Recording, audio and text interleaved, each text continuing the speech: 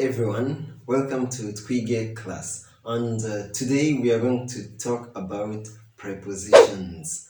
Amahoro mwese, kaze muri Twige. Uno munsi tugiye kuvugana cyangwa kwiga ibijyanye n'ama prepositions. Prepositions mu kirundi twavuga ko ari indongorazina. N'utujambo twerekana ikibanza, umwanya iyo dukurikiwe bivanye n'ingene twakoreshejwe. Rero uno munsi prepositions tugiye kuraba ni at, in, on, opposite, next to, beside na in front of. Rero turahera kuri at. N'iryari bakoresha preposition at cyangwa indongorazina at. At mu kirundi twisigura twavuga ko ari nka ku. Nk'akarorero ni indongorazina ku mu kirundi. Nk'akarorero twavuga ati I am at the bus station. I am at the bus station. Bus station no kuvuga igituro c'amabisi.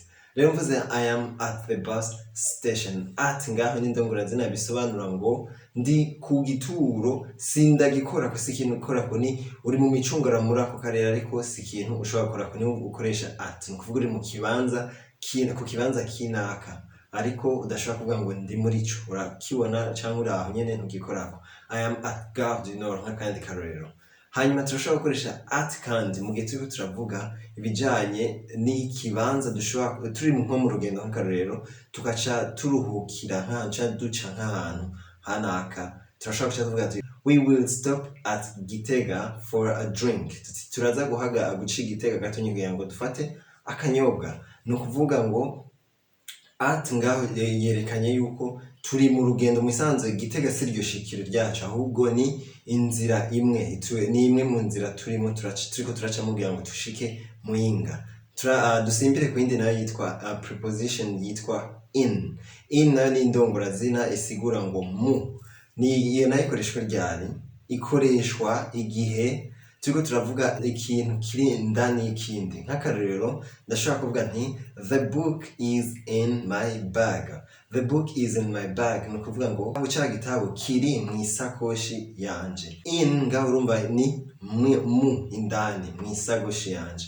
Cyangwa tukavuga duti the money is in his wallet. Wallet ni ukuvuga ingodo. Tuvuga ya mahera ari mu ngodo yiwe.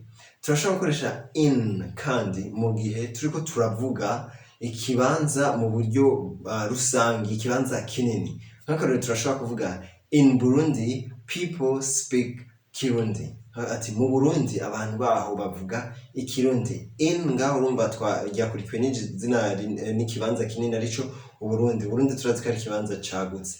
Turashobora kuraba kandi karorero Keza lives in Bujumbura.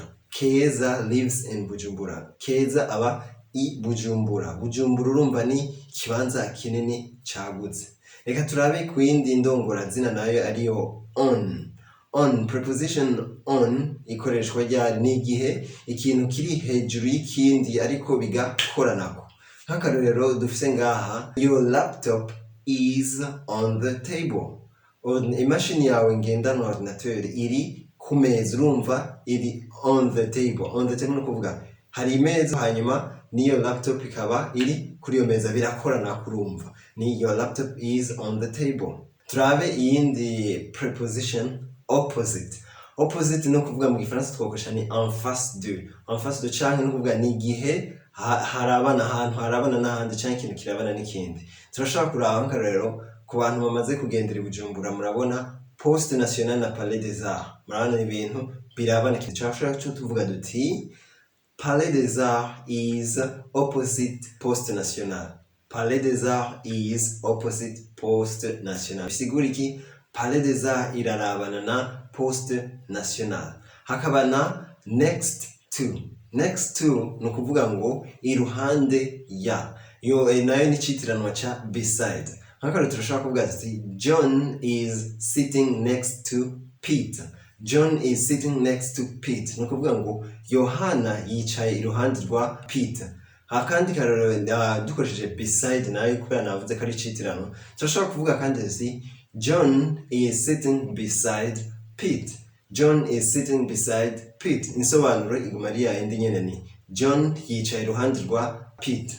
Tugende kuyanyuma nayo ni in front of. In front of indongorazina isobanura ngo ni imbere ya. nk'akarorero duti I am in front of the camera. I am in front of the camera. Nukuvuga nti ndi imbere ya kamera. Murabona yuko jewe mpagaze imbere ya kamera. I am in front of the camera.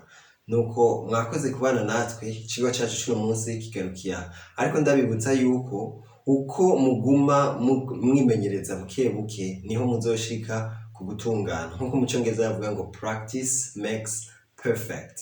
Twabibutsa kandi no gusangira video yacu cyangwa mugakora share ku bataragira abone naho murashobora kwiyabonesha ngaha nyene. Nuko mwakoze mugira ibihe byiza. See you next time.